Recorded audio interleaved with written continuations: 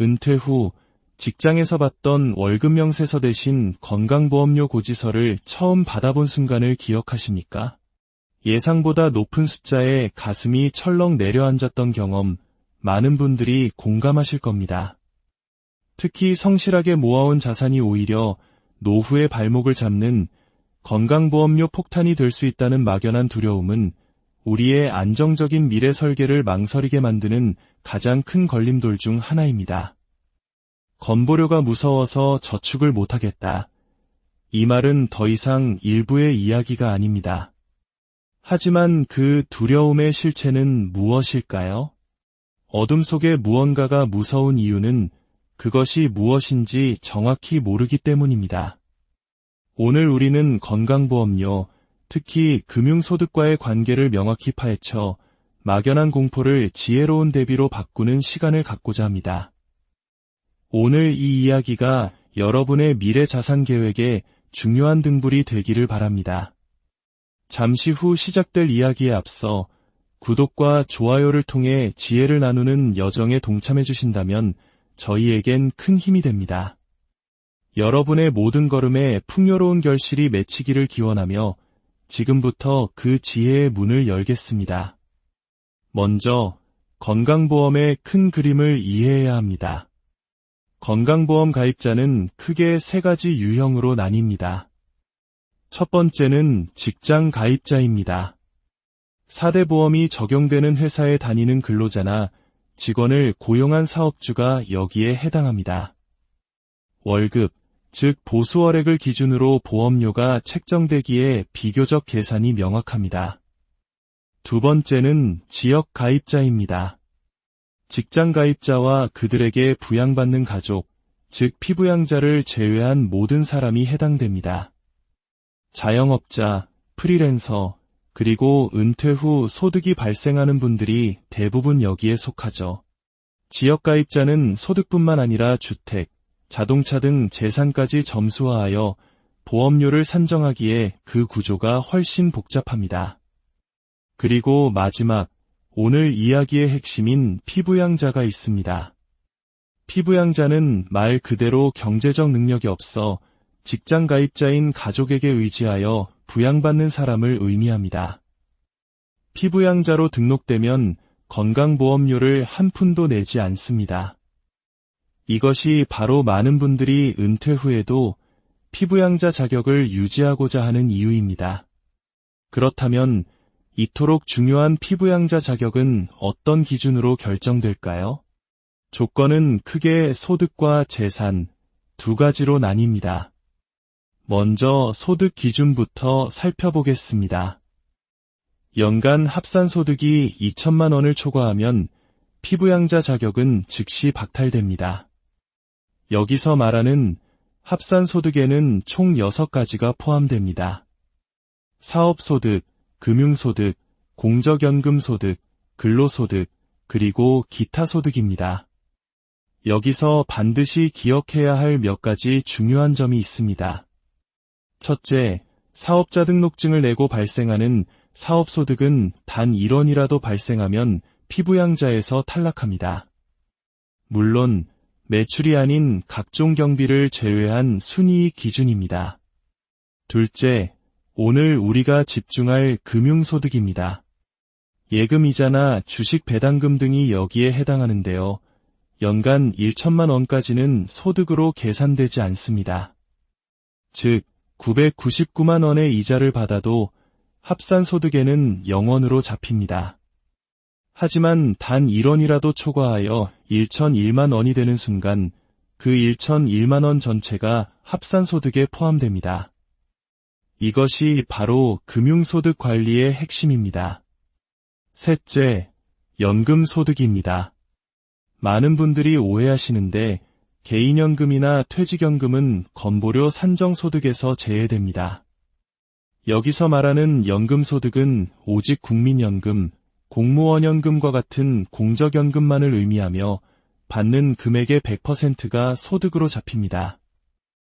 이 6가지 소득을 모두 합산한 금액이 연 2천만 원을 넘으면 피부양자 자격을 잃고 지역 가입자로 전환되어 보험료가 부과되기 시작하는 것입니다. 다음은 재산 기준입니다. 소득이 아무리 적어도 보유한 재산이 너무 많으면 피부양자 자격을 유지할 수 없습니다.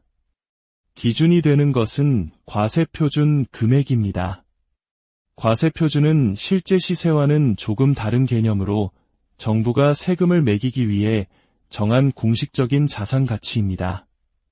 보통 시세의 40에서 50% 수준으로 계산되곤 합니다. 만약 내 소득이 연 1천만 원 이하라면 재산의 과세표준이 9억 원을 넘지 않는 한 피부양자 자격이 유지됩니다. 과세표준 9억 원은 시세로 약 18억에서 20억 원에 해당하는 큰 금액입니다. 하지만 내 소득이 연 1천만 원을 초과하고 2천만 원 이하라면 재산 기준은 과세표준 5, 4억 원 이하로 훨씬 더 엄격해집니다. 자, 이제 이 복잡한 규칙들이 실제 우리 삶에 어떻게 적용되는지 구체적인 사례를 통해 알아보겠습니다. 막연했던 개념들이 훨씬 명확하게 다가올 것입니다. 사례 1.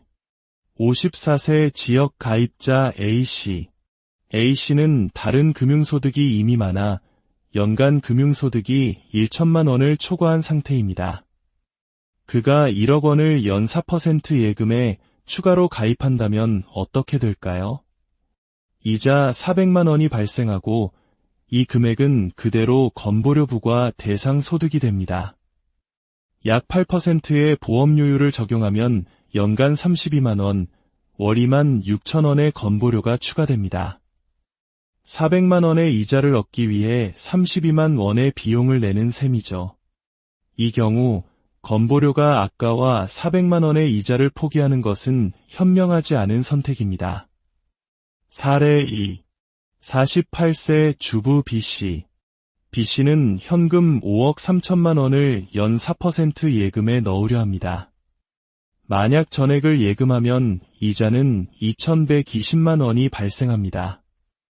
연소득 2천만 원 기준을 초과했으므로 B씨는 피부양자 자격을 잃고 지역 가입자가 됩니다.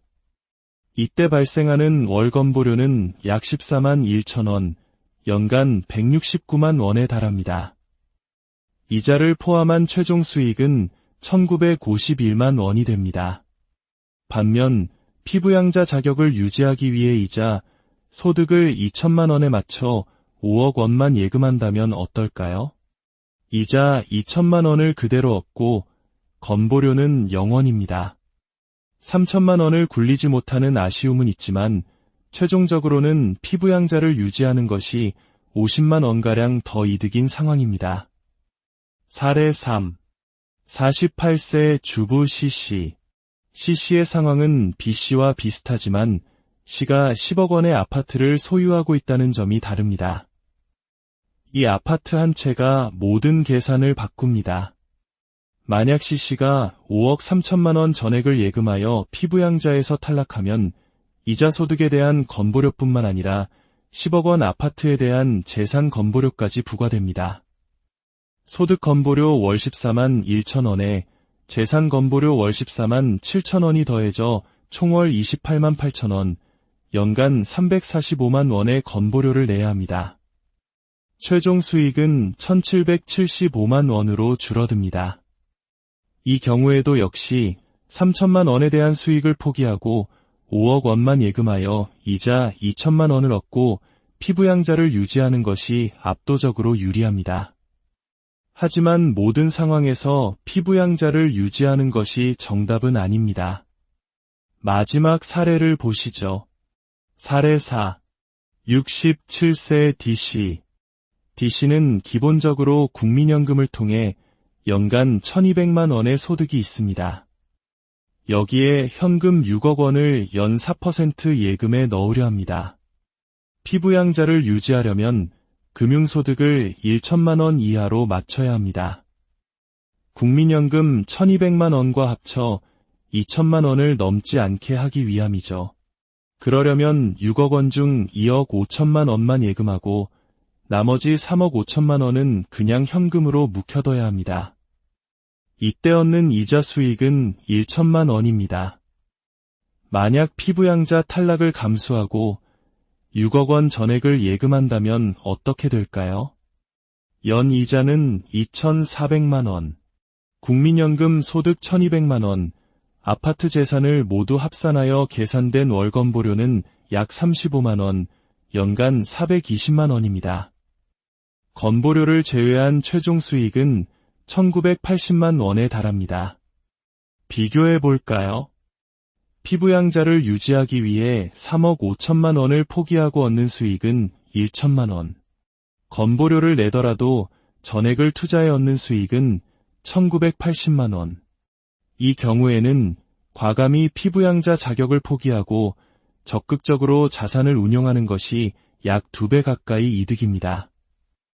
이처럼 건강보험료 문제는 하나의 정답이 있는 방정식이 아닙니다. 각자의 소득, 재산, 그리고 운용 가능한 자금의 규모에 따라 최적의 해법은 완전히 달라집니다. 오늘의 긴 이야기를 정리해 보겠습니다.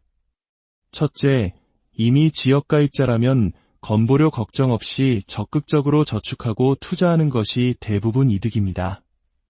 둘째, 피부양자라면 가급적 자격을 유지하는 방향으로 자산 계획을 세우는 것이 합리적입니다. 특히 금융소득은 연 1천만 원, 전체 합산소득은 연 2천만 원이라는 두 개의 허들을 넘지 않도록 관리하는 지혜가 필요합니다.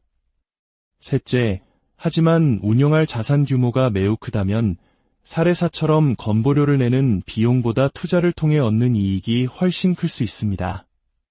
이때는 과감한 결단이 필요합니다. 결론적으로 건강보험료 산정 기준에 포함되지 않는 금융상품을 활용하는 것이 가장 현명한 대안이 될 수 있습니다. 다행히도 우리가 활용할 수 있는 비과세 또는 건보료 산정에서 제외되는 다양한 금융제도들이 존재합니다. 두려움의 정체를 알면 더 이상 두렵지 않습니다. 오늘 함께 나눈 지식이 여러분의 노후 자금 계획에 든든한 나침반이 되기를 바랍니다.